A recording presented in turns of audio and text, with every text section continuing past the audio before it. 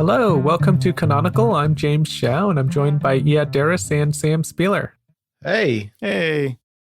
Hey guys, so today we are continuing our series on transhumanist sci-fi with Galapagos by Kurt Vonnegut. Remember, you can join our discussion on Reddit at Canonical Pod by clicking on the link below in our episode description. And you can also find us on social media at Canonical Pod, all one word. If you would like to support us and your local bookstore, you can use our bookshop.org link, which you can also find in our episode description. So we will be talking spoilers here, but once again, as we mentioned last week, it's kind of hard to spoil this book because it's all already spoiled for you. This is our first book in this series. Next week, we will review A Fire Upon the Deep by Werner Vinge. All right, so let's get into this book, Galapagos. Iad, can you start us off? Yeah, so like you were saying, it's really hard to spoil anything in this novel, and that to me is one of the most interesting things about the novel. It has a particular kind of narrative structure where you could see it as a narrative that's folded in half or maybe folded several times. You have things that are introduced in the beginning of the novel, and Vonnegut, or Leon Trout, as it were, just kind of mentions that these things will happen. And then later in the novel, they actually do happen. And they're described more fully and with more detail about how these events are connected to other events, but it's never a surprise. We always see things coming from a mile away, or in this case, I guess, from a million years away. And because of that, the type of narrative surprise or the excitement that we get from narrative, typically in a novel, it's not possible. Everything that will happen in the novel, we know about from the beginning. I don't think that Vonnegut was interested in surprise anyway, so I don't think that's really his point. But if surprise isn't his point, what is his point? What is the feeling that you guys got from this novel? I had this giddy sense of anticipation. It's like a carrot being dangled in front of you. You know it's a carrot, you know it's going to be good, but you don't really understand how it's going to happen exactly or when it's going to happen. You just know that it's coming. So I mentioned last episode the asterisks next to people's names when they're about to die. Even when we're told someone is going to die in 24 hours or they're not going to last the night, we still don't see those deaths for quite a long time. Or, for example, when you first find out that, oh, by the way, the dog that has been faithfully, quietly surviving, now they're about to die. It's this really odd anticipation, really is the best way of I can put it, but there's excitement to it. It's not surprise per se, but it's this wonderment like, oh, we know it's going to happen, and yet we still don't know exactly how it's going to happen. Yeah, it's a different kind of curiosity, right? When we read a book that has suspense, we are curious about what will happen next. When we read this book, and a lot of other literary novels do this, instead of wondering what will happen next, we wonder, how is it going to happen? What will it make us feel when it happens? What will happen as a result of this happening? You know, there are a lot of attendant questions that come with that kind of curiosity. So it doesn't make it lesser in my mind. It's like sleight of hand magic, where the magician is telling you exactly how he's going to do the trick, but he still ends up surprising you. Yeah, there's the joy in observing. Yeah, so I mean, James, you were saying it's not lesser, and in fact, I would say it's much greater. I think that the pleasure of what's going to happen next and being surprised by what happens next is not as interesting to me as a reader. I think that that's a very simple kind of satisfaction. The satisfaction I get from this novel is the same sort of satisfaction in a certain way as a jigsaw puzzle. You know what the hole looks like, you know what shape the hole is, and you know what kind of pattern or colors will be there, But when you finally put the piece that's supposed to fit into that hole, it's a feeling of completion that is satisfying, not because you didn't know it would be there, but because you can see the overall structure. And in terms of the novel, it's the overall structure of this theme of human beings changing and becoming different in a way that seems both scary and worse because they're having smaller brains and different lifestyles, but also better because they're ultimately happier and less destructive to our planet. For me, this kind of structure, it engages with theme more directly, which is why I prefer it, because the surprise, if you even want to call it a surprise, is how exactly the events, when they actually do unfold, connect to the rest of the greater theme. And that to me is much more satisfying. That to me is much more rewarding and interesting in a novel. I think you might also say that to have a more fixed traditional narrative with an arc building toward a point doesn't make sense in the context of evolution, because evolution is random. Things occur not because of any real design, but they just occur just because. So his way of structuring it is interesting because it seems to build toward a point, but it also gives you this appearance of randomness as you read. He would just randomly throw in a vignette. He would give you an aside. And that kind of randomness is something that calls to mind this idea of evolution happening. Something happens just because. And that's what I really like about it. I also think that this kind of structure is not really novel. I think it fits this novel really well. And maybe at the time it was really novel. But I feel like I've read books that have this kind of structure where it's not strictly plotted by time. It's not linear. But this is mostly moving forward. It's not completely jumbled the way, well, to use more Vonnegut, for example, Slaughterhouse-Five really jumps all over the place.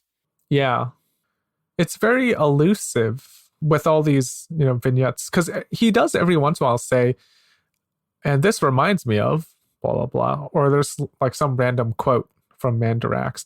Oh, we didn't talk about this in the review episodes. I didn't really like the Mandarax quotes. I know why it's in there, all of recorded human history, etc. It feels kind of Station 11-ish to me.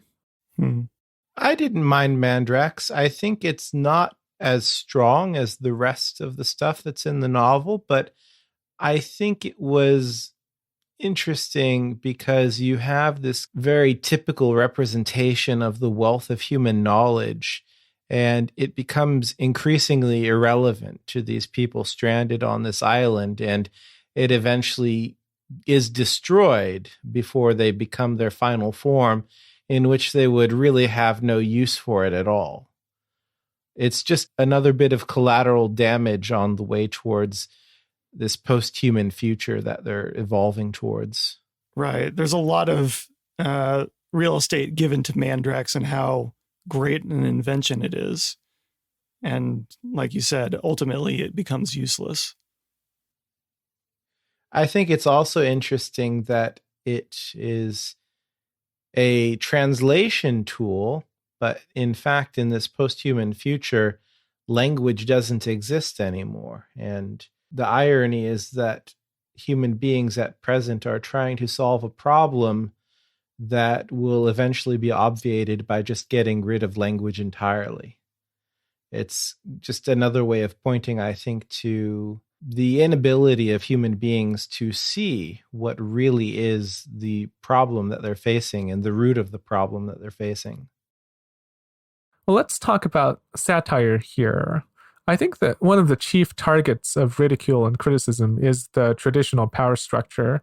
We have the figures of traditional authority and the powerful who are lampooned, like Adolf von Kleist and Andrew McIntosh.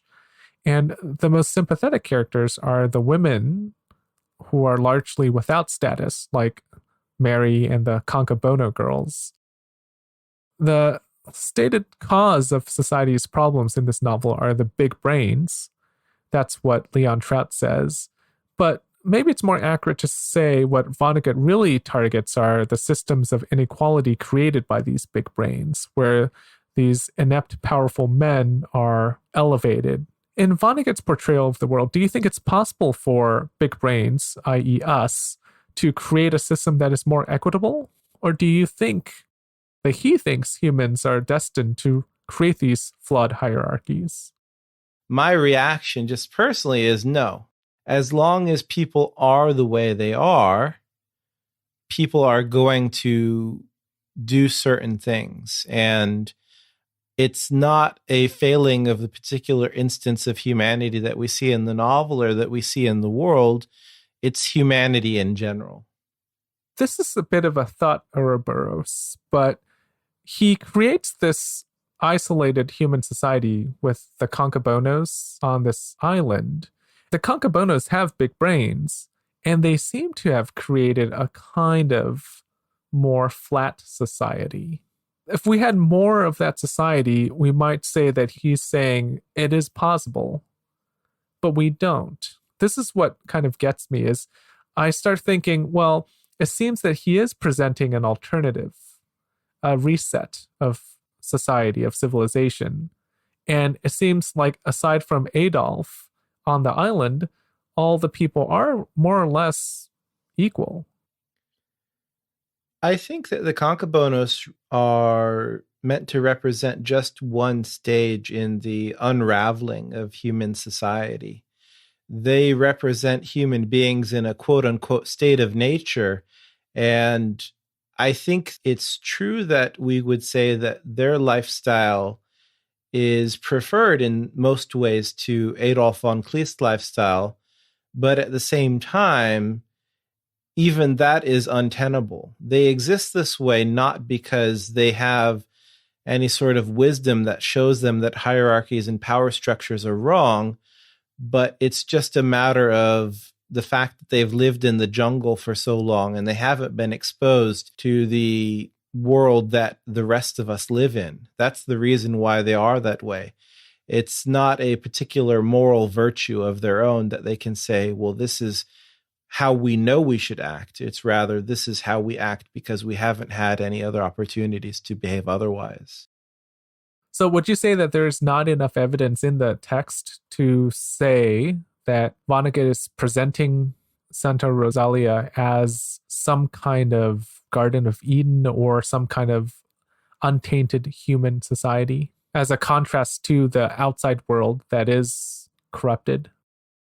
I mean, there are clearly parallels. I think it's meant to call that to mind, but I don't think it's exactly that. I think it's a place of isolation, a place where the unraveling of traditional power structures and in general human society happen. It's where people become maybe not people. Who knows if they're still people or not, but it's the place where humanity in general is unraveled. Yeah, that's what's interesting to me is if we do view this island as an alternative, then he's saying that it is possible for human beings to exist in a non-hierarchical system. But at the same time, in this existence, they gradually become non-humans or post-humans, which is saying that, well, in order to exist in this non-hierarchical system, you have to eventually become not human. I see it more as the latter.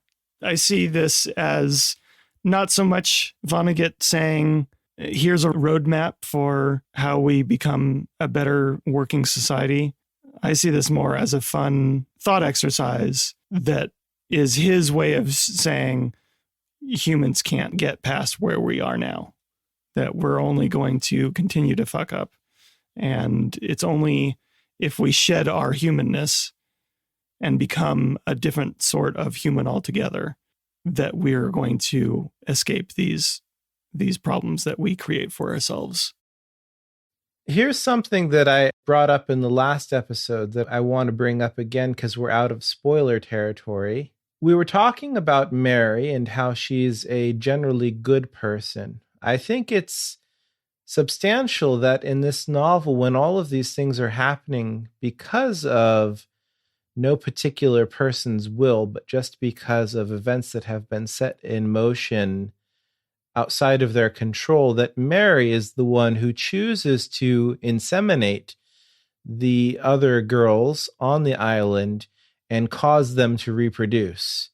She chooses to do that when she could have not done that. And while I agree she's a generally good person, I'm not sure if I can agree that that is generally the right thing to have done. Do you think it was the right thing for them to do?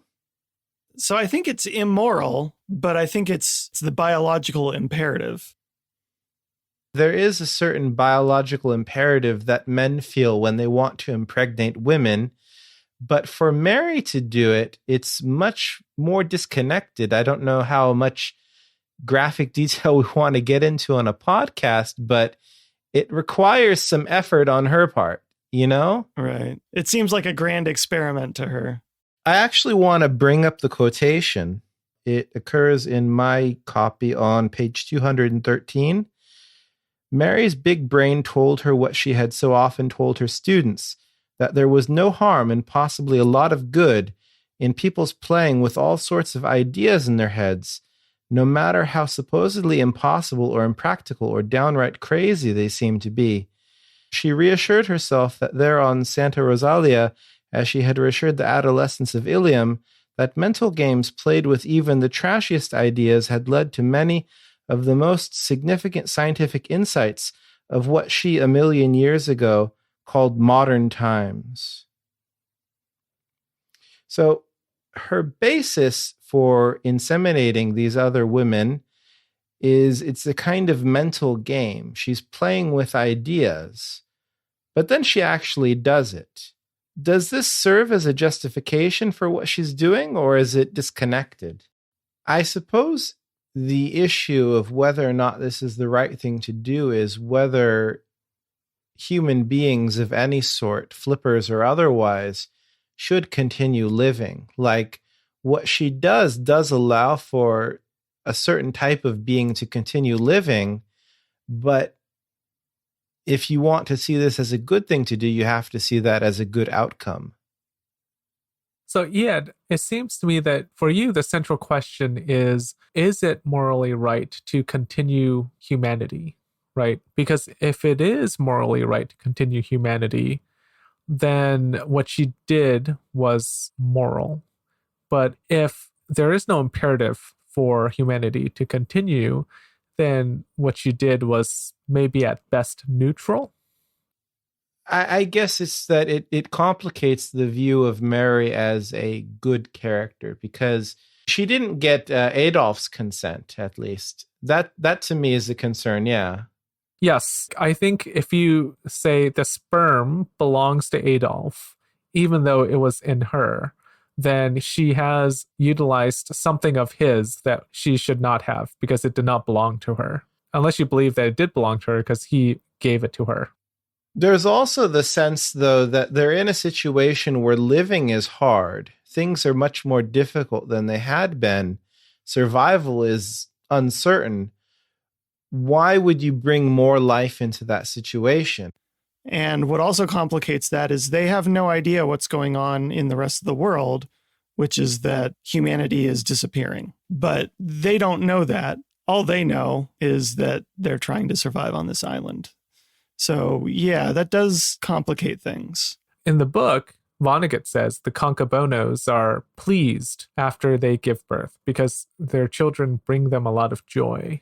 So you could say that what she's done has had a net positive on them. Like, they are happy because of this. Yeah, you could say that, but I think it's something that speaks well of humanity, that human beings can find joy in a lot of bad situations. I think that they might have also experienced joy for other reasons, even if they had never had children.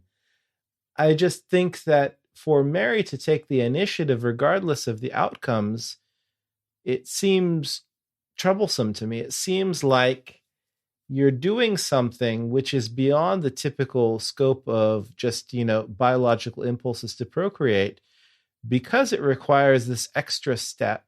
I don't think that she should have done it. I mean, I don't know if there's any way for me to say with any sort of, conclusive finality that she shouldn't have done it, but I certainly I would not have done it. I think those two are very different statements. Whether you would have done it or not is different from whether someone should have done it, right? Like people can choose not to do it because they're lazy, because they didn't have the opportunity, but you're saying that she should not have done it. Why do you feel so strongly about this, that she should not have done it? Because I have the belief that no life is often better than bad life. And when you bring something into existence, if you bring it into existence in adverse circumstances where they are going to suffer, that is not a net positive for that person. So I would say, because she's in this scenario where life is tough, survival is uncertain, no life would be the right choice to make. Do you think that from what we are presented with in the novel, that Vonnegut presents it as a positive, that she's done this? Because I think it is positive the way he portrays it. I think he presents it as curious that life finds a way to continue regardless of all of the obstacles in front of it. I don't think that it's 100% positive in his eyes, but I don't think it's totally clear exactly how he feels. I agree, but we're also given this series of events through Leon, who is looking back, as we discussed, a million years in the future. There's something about the way he's looking backwards in time, making it seem like this was not even the right decision, just a decision that led to the events of the future. Yeah. In a sense, just to bring it back to the idea of posthumanism, it is very anthropocentric, because if we think about these flipper people at the end of the novel as being the rightful heirs to the title of human being, I suppose Mary's actions are saying that there should be an heir. There being some sort of a continuation of this title of human being is better than otherwise. It would be better than human beings going extinct. And to my mind, that almost seems contrary to the sentiment of the rest of the novel. I don't see it as too contrary to the sentiment of the rest of the novel, because I think what tends to guide a lot of these main characters is curiosity. And Vonnegut seems to almost celebrate curiosity, or at least Leon does, right? Leon is about to exit the plane, this mortal coil, and he decides to stick around to see what happens next. Mary does what she does, as you read, because she's curious, like, what will happen next if I do this? It seems that this is what's being magnified, that humans are curious. They want to know what's next. And what's sort of built into this kind of curiosity of what's next is something has to be next. It seems to set up this logical statement, right? That what's next is important. It's worth sticking around for. But in order to stick around for it, something has to be next. In this novel, I don't think what Vonnegut means is something sans human, or at least sans descendant of human or humanity. Yeah. It's something human related. Right. If you look at the world and you see all of the other animals and plants around, if you think, if I weren't here, this wouldn't exist, it's a very egocentric way of thinking about things. Yes, but specifically from Leon's point of view, and I guess I shouldn't conflate Leon and Vonnegut, but there are parts of the book where I feel like Leon is the vessel through which Vonnegut is speaking. He's sticking around because of Mary. He thinks, I want to know what happens to Mary. The curiosity that I'm talking about is the curiosity of humanity. Like, what is going to happen next to humans? For me, that is the driving force of the novel. This idea of humans will become these kinds of flipper people. That's the answer to this question, what will happen to humans? But it's also this broader unanswered question of, well, is it good or bad that this happens to humans? So this is why I think if you follow that line of reasoning, I think Vonnegut is saying that humanity should continue. Leon thought it was worth sticking around for to see what happens next. But what happens next is that evolution has taken over and decided that humans aren't worthy of revisiting, that survival is what mattered ultimately. And in order to survive, humans had to more or less disappear, that what made us human had to vanish. And that's ultimately why Leon leaves after the million years, is because over time he's realized there isn't a next step. We have evolved to our peak, and our peak brought our destruction, but our destruction is what brought about our survival. That's actually something that I find fascinating. This topic of post-humanism isn't just concerned with what happens after humans disappear. That's one of the concerns or definitions of post-humanism. But it's only one of the facets that we see in this book. So in one sense, Homo sapiens, or what we now consider humans, go extinct in Galapagos, wiped out by a microorganism that eats our eggs, which is something that I kind of forgot about and had to flip back and remember. But Vonnegut talks about the furry fisher people as human, a kind of post-human human. That seems to be at the heart of another aspect of post-humanism, which is, in order to talk about our evolution, we have to talk about ourselves, how we exist now. There's this self-referential quality or paradox that can't be shrugged off. But I think that this argument is part of what's called second-order theory, which has to do, I think, with cybernetics. It's this recursive discussion where first-order theory refers to observed systems, and second order is observing systems. So to talk about humans after humans, we have to talk about humans ourselves and then expand outward. Or a better explanation would be, if you look at our legal system, it's concerned with the binary of legal versus illegal, where illegal is defined by what is legal. But then within the legal side, there's lots of substructures and complexities that help define itself. And it grows by precedence, what has happened before in law, and in order to talk about where it's going and where it should go.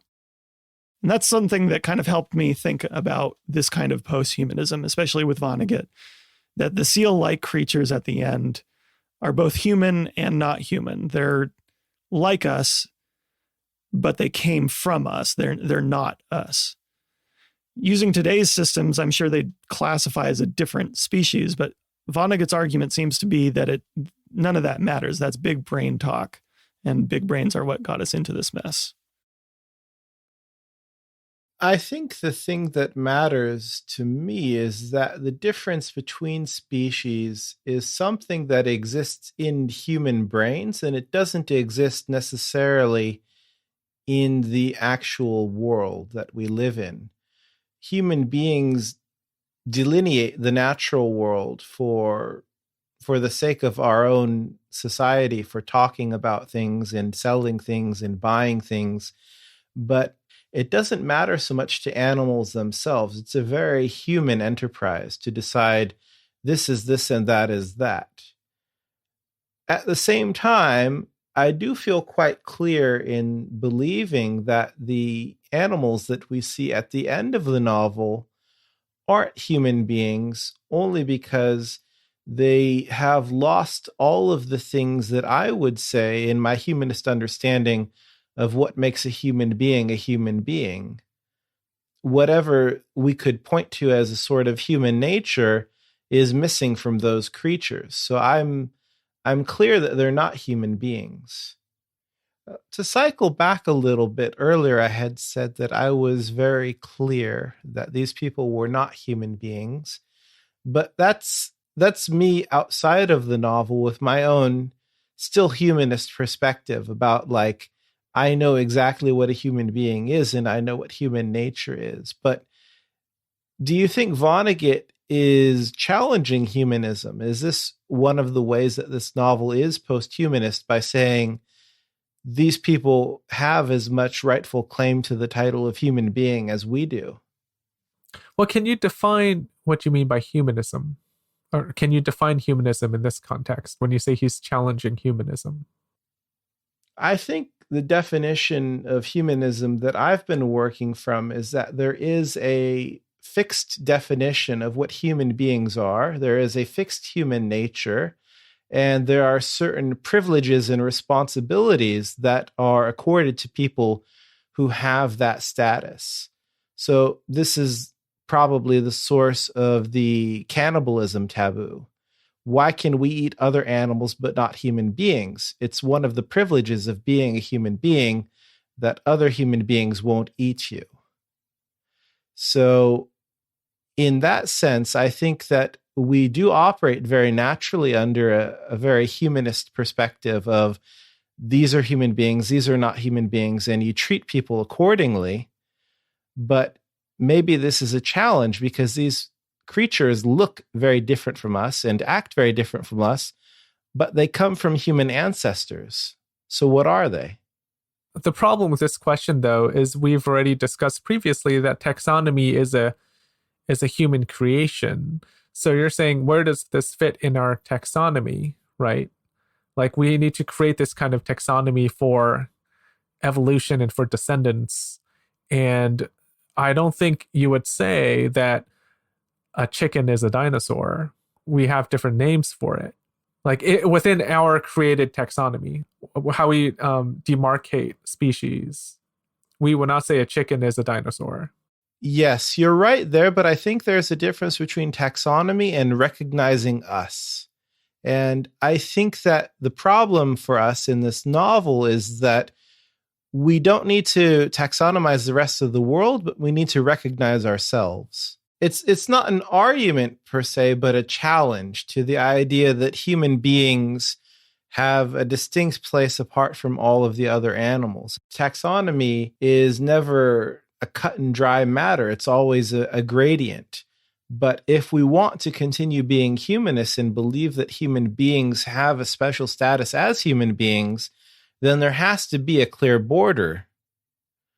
So in that sense, you could say that the novel does challenge humanism in the sense that the border is porous and uncertain. All right, let's pause for a short break. After the break, we'll discuss whether or not Vonnegut presents any solutions to humanity's problems, or if we are all just doomed. We'll be right back.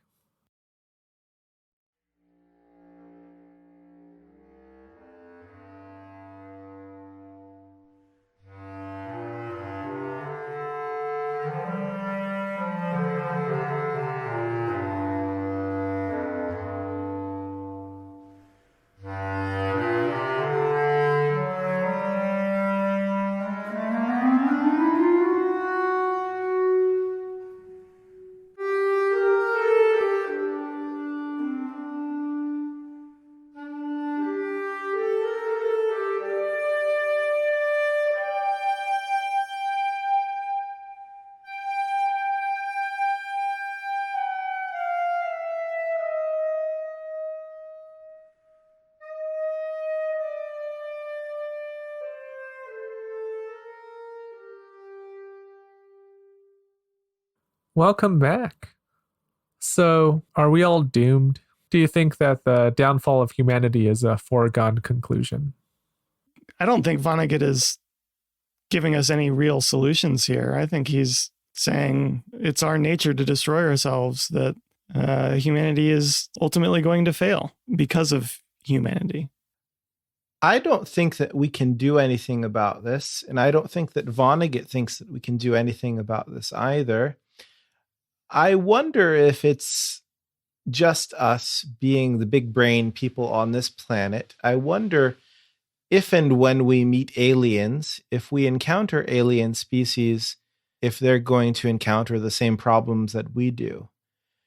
It seems to me like something about the ability to divide things and categorize things and put things on different strata. It's just inevitably going to cause problems. And I don't think it's a human problem, but a big brain problem, as Vonnegut says. I don't think people are doomed because I'm relatively optimistic. especially in this conversation, relatively optimistic about people's ability to adapt. What this made me think about is the Great Filter, which is something that is gaining a lot of traction in science fiction for sure. But in the scientific community at large, it's something that people talk about, I guess. It's this idea that all civilizations go through this filter. And the reason why we don't find extraterrestrial civilizations is because there are so many problems, so many things that keep civilizations from progressing. So that's the great filter that keeps intelligent life from being extraterrestrial. The reason why it makes me think about this is it's like there's lid on our capability to advance. So I do tend to believe that we will survive, but I don't know if we'll progress. And that seems to be what Vonnegut's saying here as well, that we probably will survive in some form, but we won't necessarily continue to advance technologically, nor should we. This is what he's saying. I tend to be a bit more optimistic on that end when it comes to technology. I mean, from that perspective, we're already quite advanced from where we were in 1986 when this came out. But is technology progress? I suppose is something Vonnegut might ask. Well, he would say no, for sure. Mm-hmm. And I think that it's certainly a question that more and more people are contemplating and also reaching the same conclusion nowadays, that our lives are not much better with, for example, social media. Right. Well, on that happy note, let's conclude here. Thank you for listening. You can find our reading schedule on Reddit, and you can also find our discussion thread for this book in the episode description below. We have a book club discussion every Wednesday. We'd love for you to join us and share your thoughts about posthumanism or about anything else we talked about today. You can also find us on social media at Canonical Pod, and if you would like to once again support us in your local bookstore, you can use our bookshop.org link below. Next week, we will review our second book in this series, Fire Upon the Deep by Werner Vinge. Till next time, happy reading, and we'll talk to you soon.